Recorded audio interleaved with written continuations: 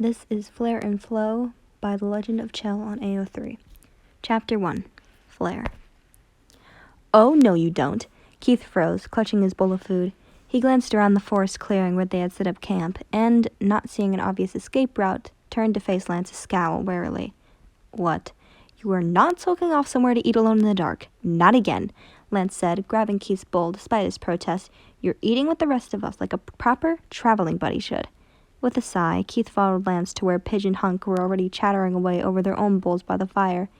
He'd been trying his best to avoid interacting with his traveling buddies, as Lance put it.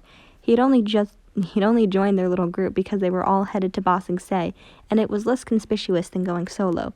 Not to mention, he hadn't exactly had time to withdraw his life savings before going on the run. But that didn't change the fact that he was on the run, and the more distance he kept, the less risk of danger to both them and himself. That said, despite his best efforts, Keith did actually like his new companions. Hunk was genuinely one of the nicest people he'd ever met. Pidge's biting wit was as funny as it was clever, and Lance was annoying, but also kind, brave, and though Keith would never admit it out loud, stupidly attractive. And he wouldn't leave Keith alone. Once they'd gotten past their initial rocky start, the waterbender had made it his mission to include Keith in all group activities. Case in point. If the past several days had taught Keith anything, it was that Lance would just keep pestering him until he gave in, so Keith resigned himself to his fate.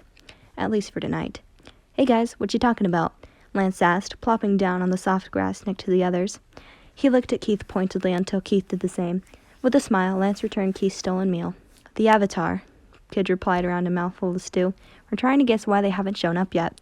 Keith briefly considered just leaving now that he had his food back, but decided it wasn't worth the effort and tucked in. Isn't the government or somebody supposed to announce their identity when they turn 16? Asked Lance. Traditionally, yes, Pidge said, adjusting her glasses, and that's exactly the problem. The previous Avatar died almost 19 years ago. The new one should have debuted by now. My theory is that they perished in some kind of accident as a child, and threw the whole cycle off, but the Fire Nation didn't want to admit the Avatar died on their watch, so they kept it hush-hush. And I'm telling you, that's awful, grumbled Hunk. It might be awful, but it's not impossible. The spirits watch over the Avatar. They wouldn't let that happen. What do you think, then? Pidge challenged. I don't know. Hunk rubbed his chin. Maybe it skipped the nation by accident, and the new Avatar was born an Airbender, but no one realized because they weren't looking for them there. What?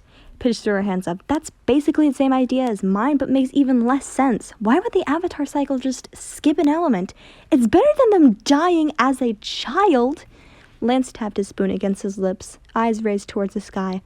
Maybe they, got frozen in an iceberg and won't wake up until someone breaks them out in 100 years.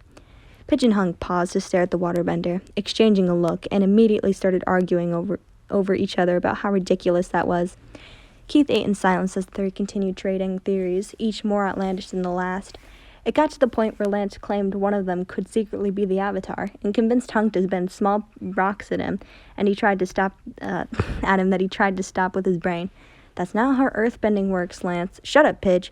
And Lance, in turn, gleefully splashed water at Hunk. Despite her claims of their stupidity, Keith noticed Pidge subtly trying to copy the gesture he had made earlier to create their campfire. It was pretty funny seeing Lance get pelted by pebbles, but eventually they gave up and returned to their meals. Man, Lance groaned. I thought for sure I was going to unlock super cool powers and start my hero's journey. I told you it couldn't be one of us, Pidge rolled her eyes. If they died as a kid, shut up, Hunk. The new Avatar would be younger than us, and an Airbender. And if they didn't, they would have to be born in the Fire Nation. After a beat of silence, their heads swiveled in unison to look at Keith. When Keith merely blinked back at them, Lance flapped an impatient hand. Well, go on. What? Try bending something that isn't fire. Keith frowned. You think I'm the Avatar now? Psh, no, Lance scoffed. But apparently you've got the closest chance out of all of us. So, he shrugged, why not give it a shot? Because Pidge is right. It's stupid. It's not stupid. Lance got a glint in his eye that didn't bode well. Here, I'll help you. What? Before Keith could react, Lance bent the water out of his travel flask and threw it directly in Keith's face. What the hell did you do that for? Keith sputtered, dropping his thankfully empty bowl to scrub his eyes. You were supposed to catch it, Lance snickered. Here, try it again. Lance quickly bent the water off Keith, who was momentarily distracted by how weird it felt to become instantly dry. That's it. That is, until he saw a puddle of water hovering above his head. Lance, come on, Hunk frowned. What? We all tried it. Don't think I didn't see you, Pidge. And now it's Keith's turn. Lance shot Keith a challenging smirk. And who knows? Maybe that terrible haircut will look better wet. The water swirled around Keith's head before shooting towards his hair. Keith, however, was ready this time, and dodge rolled out of the way, causing the water to rain harmlessly on the ground where he'd been sitting. It was Keith's turn to smirk at Lance's shocked face. Lance's eyes narrowed as they sized each other up. Before Keith knew it, they were running around the clearing, Lance chasing Keith with a puddle and Keith expertly evading his aquatic attacks.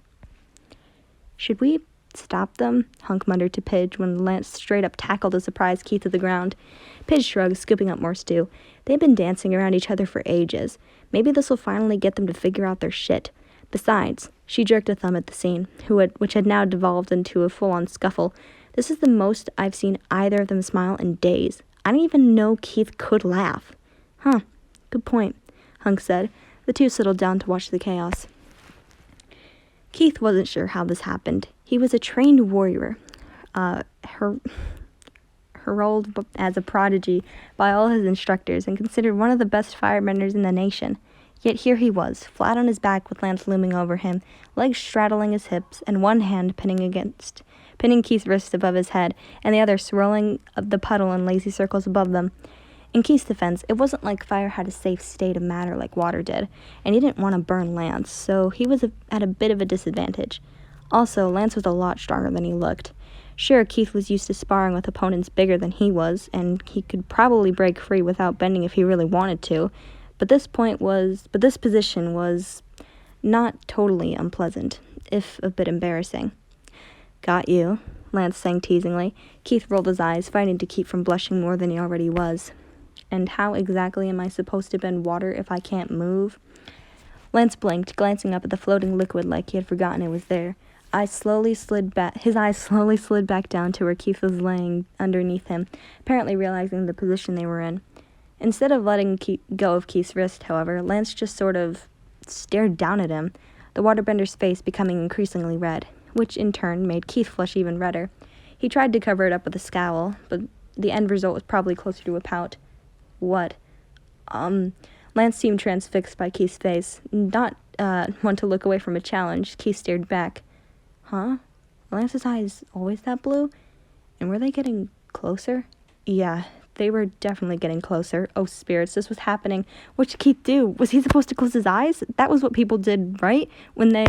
Get a room! Pidge's shout snapped Keith and Lance out of their stupor, Lance jerking back and letting go of Keith. Unfortunately, his loss of concentration also released the water hovering above them.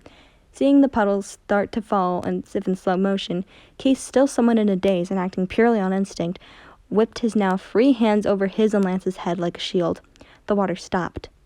After a moment of shocked silence, Hunk cleared his throat. Lance? Buddy?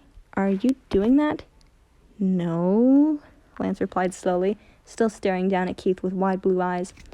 Okay, now was probably a good time for Keith to start panicking. Sploosh. And they were soaked. Well, Pidge said after a few more seconds of silence, I guess that answers that question.